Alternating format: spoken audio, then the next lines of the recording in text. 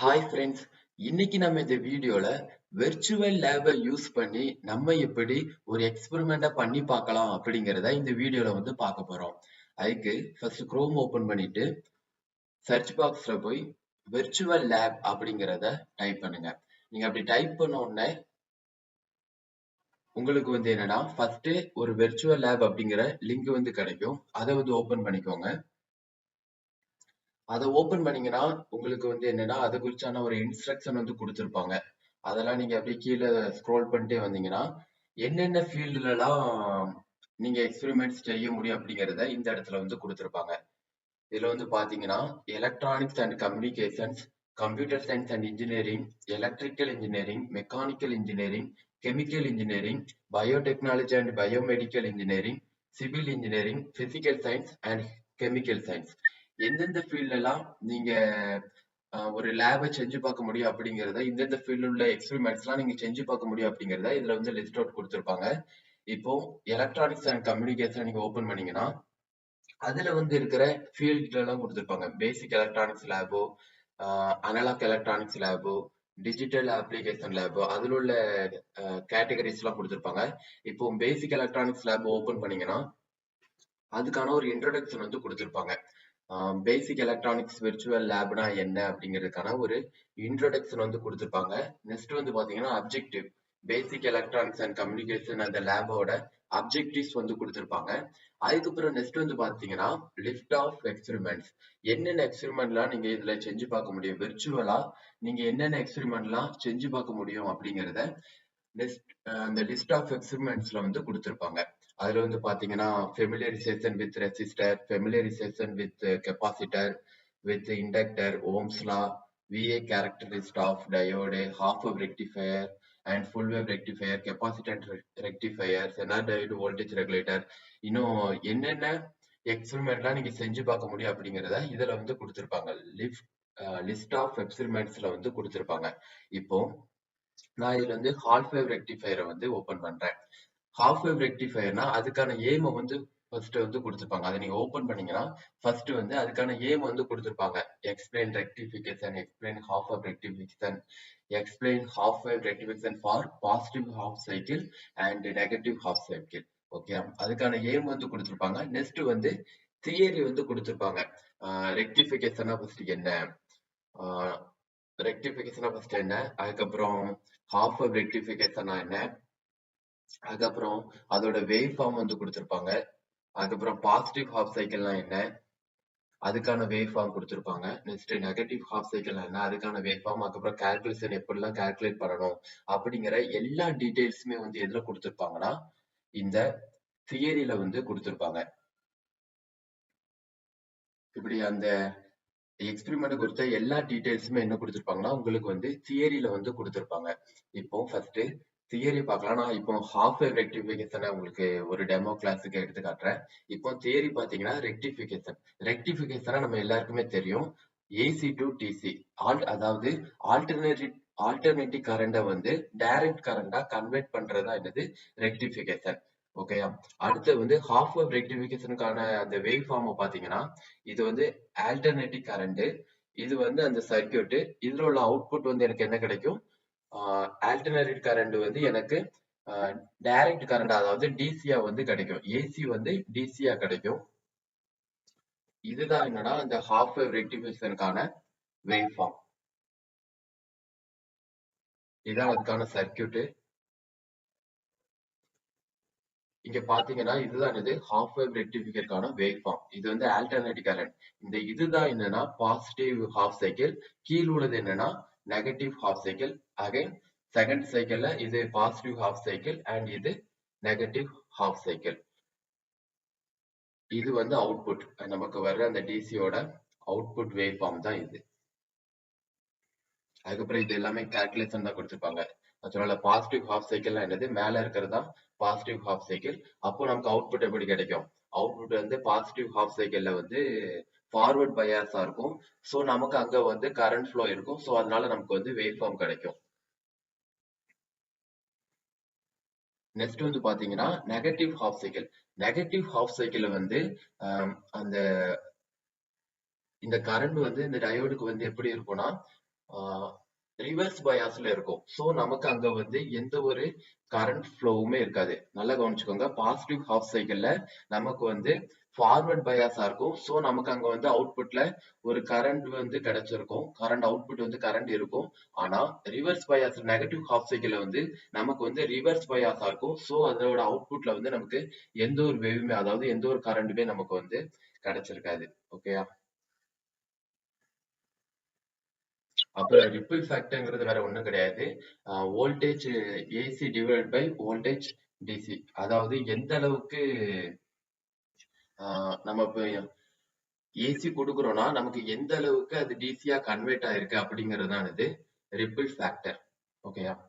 Half wave ரெக்டிஃபையரோட ripple factor value வந்து என்னன்னா 1.21. இப்படி நீங்க எல்லா தியரியும் ரீட் பண்ணீங்கனாலே உங்களுக்கு அந்த ஹாஃப் வேவ் ரெக்டிஃபிகேஷனா என்ன, அதுக்கப்புறம் பாசிட்டிவ் ஹாஃப் சைக்கிள்னா என்ன, நெகட்டிவ் ஹாஃப் சைக்கிள்னா என்ன, இது எல்லா டீடைல்ஸுமே உங்களுக்கு நீங்க தியரியை ரீட் பண்ணீங்கன்னா உங்களுக்கு வந்து அந்த டீடைல்ஸ் எல்லாம் நீங்க கலெக்ட் பண்ண முடியும். நெக்ஸ்ட் வந்து ப்ரீ டெஸ்ட்னு ஒன்று கொடுத்துருப்பாங்க. ப்ரீ டெஸ்ட்னா நீங்க இப்போ எய்ம் உங்களுக்கு தெரியும், தியரியும் உங்களுக்கு வந்து தெரியும். தியரி நீங்க ரீட் பண்ணிருப்பீங்க, அதுல வந்து நீங்க சம் டீடைல்ஸ் வந்து கலெக்ட் பண்ணிருப்பீங்க. அந்த டீடைல்ஸ்ல இருந்து தான் நீங்க தியரி ரீட் பண்ணாதான் இந்த ப்ரீ டெஸ்ட் வந்து அட்டன் பண்ண முடியும். இப்போ what is the ripple factor of half wave ரெக்டிஃபையர்னு இதுல வந்து நமக்கு ஒரு சின்ன டெஸ்ட் மாதிரி வச்சிருக்காங்க. இப்போ நம்ம பார்த்தோம் ஹாஃப் வேவ் ரெக்டிஃபையர்ல ரிப்பிள் ஃபேக்டர் வந்து என்னன்னு பார்த்தோம் 1.21. அதை கிளிக் பண்ணிட்டு சப்மிட் குயிஸ் கொடுத்தீங்கன்னா உங்களுக்கு நீங்க நீங்க சூஸ் பண்ண ஆன்சர் வந்து கரெக்டா இல்லைன்னா ராங்கா அப்படிங்கிறது வந்து தெரிய வரும். நெக்ஸ்ட் வந்து ப்ரொசீஜர். இந்த ப்ரொசீஜர் ஃபாலோ பண்ணி தான் நீங்க என்ன பண்ணணும், ஒவ்வொரு ஸ்டெப்புமே என்ன பண்ணணும், அந்த எக்ஸ்பெரிமெண்ட் செய்யறதுக்கான ப்ரொசீஜரை ஒவ்வொரு ஸ்டெப் பை ஸ்டெப்பா கொடுத்துருப்பாங்க.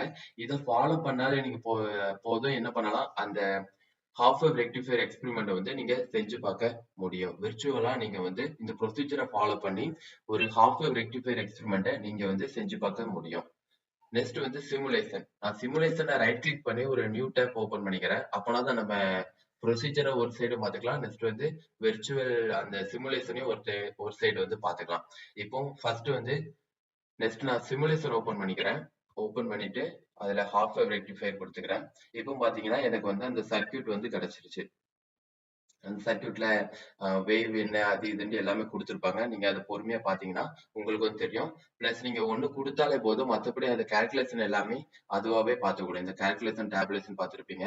அதுவாவே இந்த கால்குலேஷன் எல்லாமே பார்த்துக்கிடும். நீங்க உங்களுடைய வேலை ஃப்ரீக்வன்சி செட் பண்றது, ஆம்பிளிட்யூட் செட் பண்றது, அதுக்கப்புறம் இந்த லோட் ரெசிஸ்டன்ஸ் செட் பண்றது, சைன் வேவா, அதுக்கப்புறம் என்ன வேவ் கொடுக்கீங்க, அதுக்கப்புறம் அவுட்புட் இன்புட் இது எல்லாமே செட் பண்றது உங்க வேலை.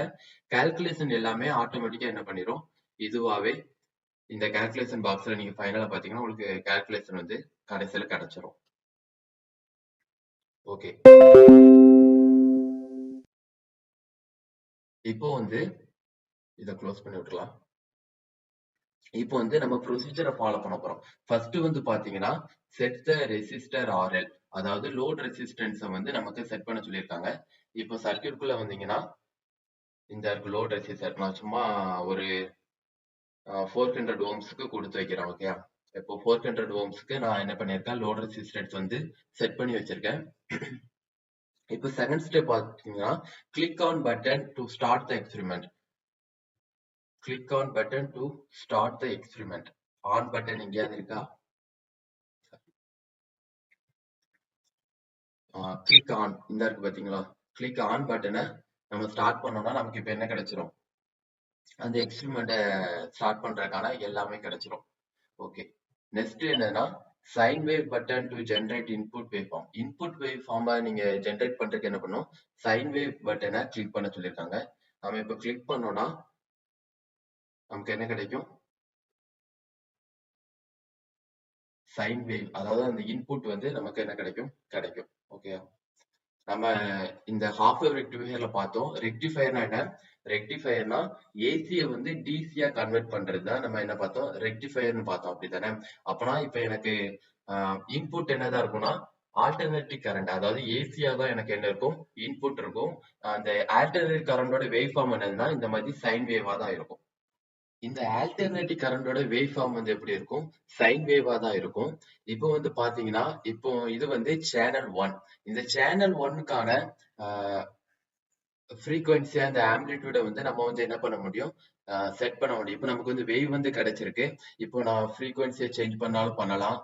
எனக்கு எந்த ஃப்ரீக்வன்சில இந்த வேவ் இருக்கணும், அதுக்கப்புறம் என்ன ஆம்ப்ளிடியூட்ல இந்த வேவ் இருக்கணும், அது எல்லாமே நம்ம என்ன பண்ண முடியும், இதை வந்து சேஞ்ச் பண்ணி நம்மளால எந்த அளவுக்கு ஆம்ப்ளிடியூட் வைக்கணும், எந்த அளவுக்கு ஃப்ரீக்வன்சி எல்லாமே நம்மளால என்ன பண்ண முடியும், செட் பண்ண முடியும். அதே மாதிரி இந்த இடத்துல சேனல் ஒன்க்கான பொசிஷனை நம்ம என்ன பண்ண முடியும், செட் பண்ண முடியும்.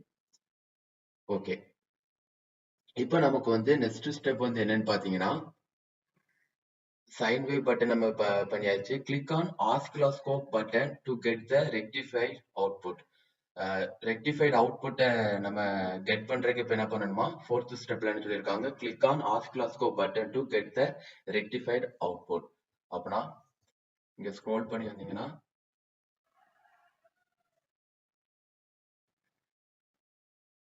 இங்க இந்த இடத்துல பாத்தீங்கன்னா ஆசிலோஸ்கோப் அப்படிங்கிற அந்த சர்க்யூட்ல வந்து பாத்தீங்கன்னா ஆசிலோஸ்கோப் இருக்கு. அதை நீங்க கிளிக் பண்ணீங்கன்னா நமக்கு வந்து என்ன கிடைச்சிருமா, அவுட்புட் வேவ் ஃபார்ம் வந்து கிடைச்சிரும். நமக்கு இப்ப என்ன கிடைச்சு, ஃபர்ஸ்ட் வந்து சைன் வேவ் வந்து நமக்கு இன்புட்டா இருந்துச்சு, அதாவது ஆல்டர்னேட்டிவ் கரண்ட் வேவ் வந்து நமக்கு இன்புட்டா இருந்துச்சு. இப்போ நீங்க ஆசிலோஸ்கோப் அதை நீங்க கிளிக் பண்ண உடனே நமக்கு இப்ப என்ன கிடைச்சிட்டு, அவுட்புட் வந்து கிடைச்சிட்டு.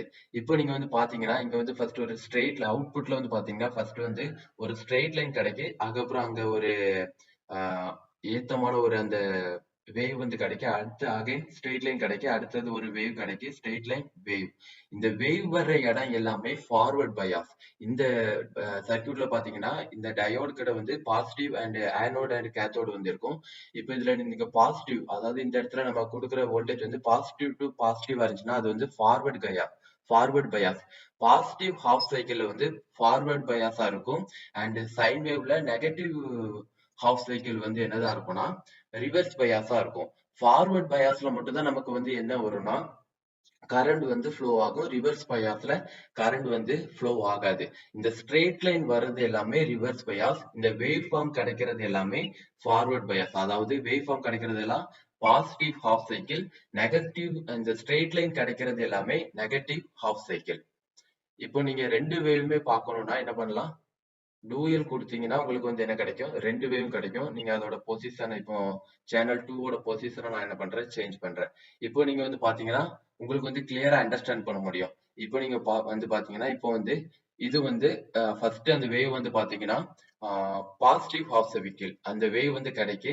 அதனால இப்ப எனக்கு மேல் நோக்கி இருக்க அந்த வேவ் அது வந்து பாசிட்டிவ் ஹாஃப் சைக்கிள். சோ எனக்கு அந்த இடத்துல வந்து என்ன கிடைச்சிருக்கு, கரண்ட் வந்து கிடைச்சிருக்கு.